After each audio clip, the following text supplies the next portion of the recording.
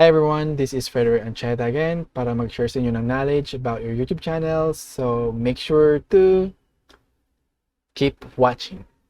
Before I proceed, kung bago ka sa channel ko, please don't forget to subscribe and turn on the notification bell.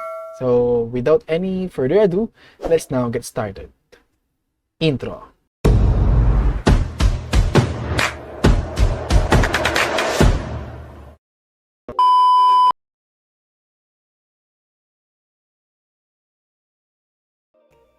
Kung nagkaroon ka ng copyright strike and gusto mo siyang i-resolve, ang kailangan mo lang gawin is mag-sign in sa YouTube Studio mo. Nakalagay dito sa Help Center, sign in to YouTube Studio.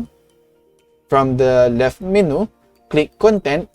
Yung hanapin mo yung content mo na nagkaroon ng copyright strike. Filter mo na lang siya ng copyright claims. Again, iba ang copyright claim sa copyright strike. Pero, ayun, para mahanap mo siya, ito ang gagawin din mong filter. Hover over copyright claim in the restriction column and click see details. So makikita mo doon yung details ng nagpataw sa iyo ng copyright strike. And after mo makuha yung details niya, well, pwede mo siyang gamitin para i-resolve yung copyright strike mo. Kasi, ayun nga, for counter notification, ganon, pwede mong i-include, explain mo yung mga details doon. And next is resolve copyright strike. So may 3 ways para i-resolve ang copyright strike. Yung first one, basahin mo natin para malinaw. There are 3 ways to resolve the copyright strike. The first one, wait for it to expire. Copyright strikes expire after 90 days, medyo matagal. If it's your first time, you'll need to complete copyright school. So, maghihintay ka ng 90 days and then kailangan mong gawin yung copyright school para ma-resolve yung first copyright strike mo and yung leeway nila. Pangalawa, get a retraction. You can get in touch to the with the person who claimed your video and ask them to retract their claim of copyright infringement. So, kaya mo kailangan yung part na to if you want na mag-file ng retraction para i-retract niyo yung claim. Magtungo ka lang sa instruction na to para makuha mo yung details niya and follow mo yung instruction provided sa get a retraction. So, punta na natin yung help center nun. So, ito siya. Retract a claim of copyright infringement. After submitting a copyright takedown request, a copyright owner may change their mind or realize they've misidentified content. When this happens, the copyright owner can retract their claim of copyright infringement. So, dito nagfo-fall yung, pag nagkaroon kayo ng areglo ni copyright owner and then umuo siya na i-retract niya yung claim, then much better. Kasi hindi mo na kailangan na mag-file pa ng counter notification. So, para itong, if you nakalagay dito muna, ito muna basahin natin. Retraction will resolve the copyright strike for the uploader of the content that was taken down. Unless the uploader already deleted the content, a retraction will restore the content to YouTube. Ayan. So, malinaw yung explanation dito. So, next tayo sa drop down naman dito. Kapag ikaw yung nag-take down request, or sabihin natin yung nag-claim ng video mo is hindi niya alam kung paano siya mag-retract, ito ang kailangan niyang gawin step by step.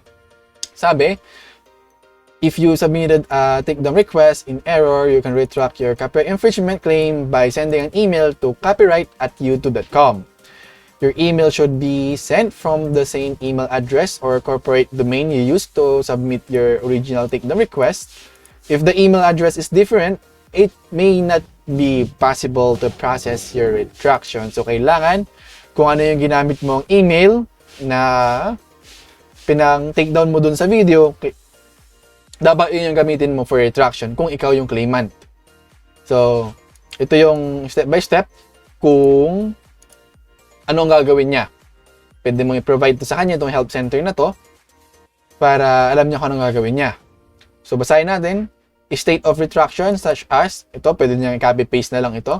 I hereby retract my claim of copyright infringement. Note, we can only accept a retraction of the takedown request. We cannot accept retraction for only copyright strike such as I retract my copyright strike. So, kailangan mo ma-follow yung mga step-by-step dito para ma-retract yung takedown or claim na sinabit mo. And next is for specific URL for the content in question. Ayan, provide mo yung mga details dito. Note, Google hosts the profile pictures that appear on YouTube channels to retract a copyright infringement claim on a profile picture. Reply to the claim confirmation you got when you submitted your original removal request. Include statement of retraction in your reply, such as sentence listed above in step 1.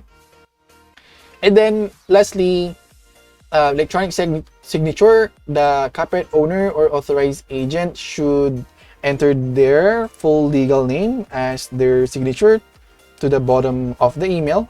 The full legal name should be a first and last name, not a company name. So, ayan yung step by step na pwedeng gawin ni claimant para matanggal yung copyright strike na pinataw niya sa'yo.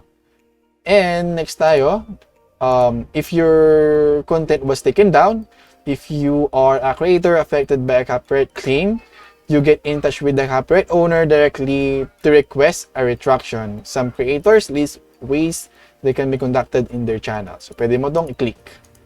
Ayan, business inquiry emails. Next naman tayo, submit a counter notification. If you think your video was removed by mistake or qualifies as fair use, you can submit a counter notification.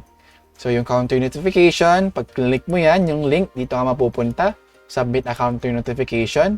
Please make sure na binasa mo to lahat kasi hindi ko to ma-explain na. Medyo mahaba ng video natin. Pero magpo-provide ako ng siguro basic details about copyright notification. So, ang sabi dito, if you uploaded a copyright protected content to YouTube without the copyright owner's authorization, it may be taken down.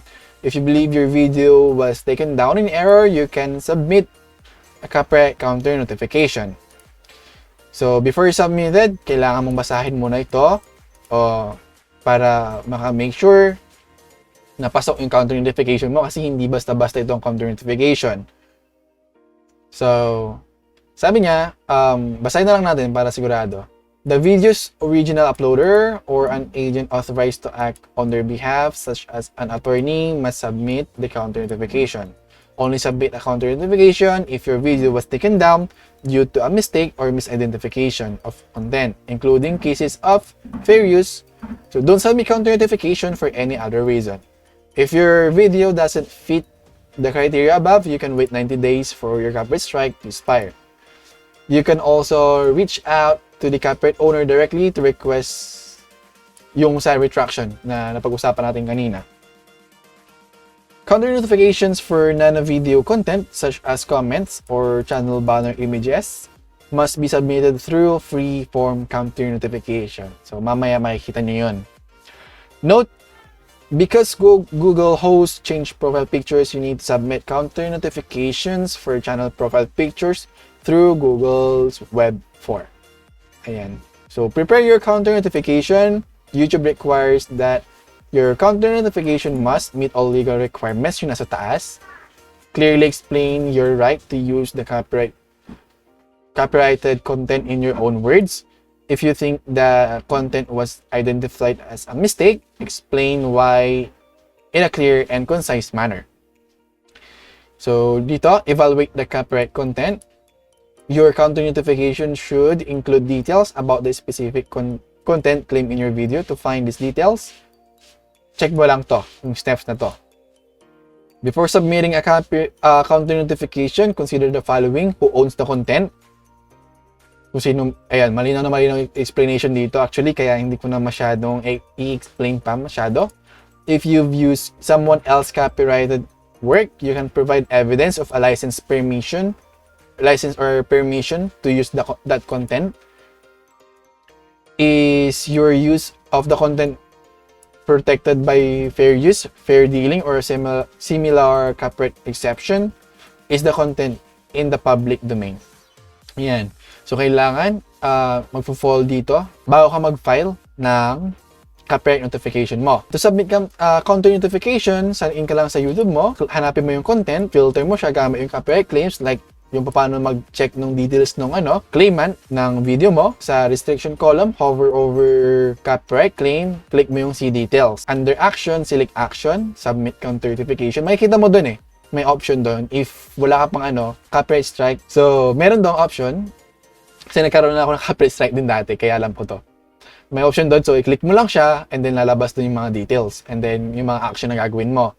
So, enter your contact information, yung mga kailangan para sa counter notification mo. Make sure you include your complete physical address and full legal name.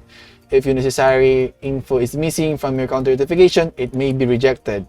Ayan. So, and click mo yung submit. By submitting counter notification, your consent to sharing your information with the claimant. If your account has been suspended for copyright violations, you can send counter notification. Following these steps above, you can try submitting a free form. So, pag na-terminate din yung channel mo, pwede ka namang mag-file ng free form para i-resolve pa rin yung issues mo. So, what's happening next? Your counter notification will be forwarded to the claimant if it meets all legal requirements and clearly explains your right to use the content. Under most circumstances, we won't forward the counter notification to any party other than the original claimant. If the counter notification is forwarded, it will be include the full text including any personal information you've entered. So, ano may details na provide mo, explaining yung issues mo, lahat-lahat is ma-forward doon sa claimant. After ma-review yon and then ma-forward sa claimant, the claimant has 10 business days. So, ibang business days sa normal days lang, hindi kasama Saturday, Sunday, and then yung holidays.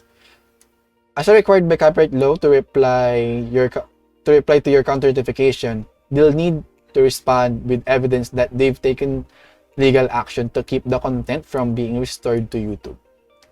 Ayan. So, kung hindi sila nag-reply after 10 business days, pero yung nag-reply sa akin is 10 to 14 business days So, wait ka ng 10 to 14 business days, and then kung wala pang response kay claimant, matik yung dapat yung video mo is ma-restore kung na-taken down na siya due to copyright. Ayun na nga mga quiz mga ate. If nakatulong, or I hope nakatulong sa inyo ang videong to, so if you found this video informative, please do leave me a thumbs up. And if you have questions, clarifications, and suggestions, please comment down below. For more content like this, please subscribe and turn on the notification bell ulit. And that's all for today. See you sa next video ko. Bye!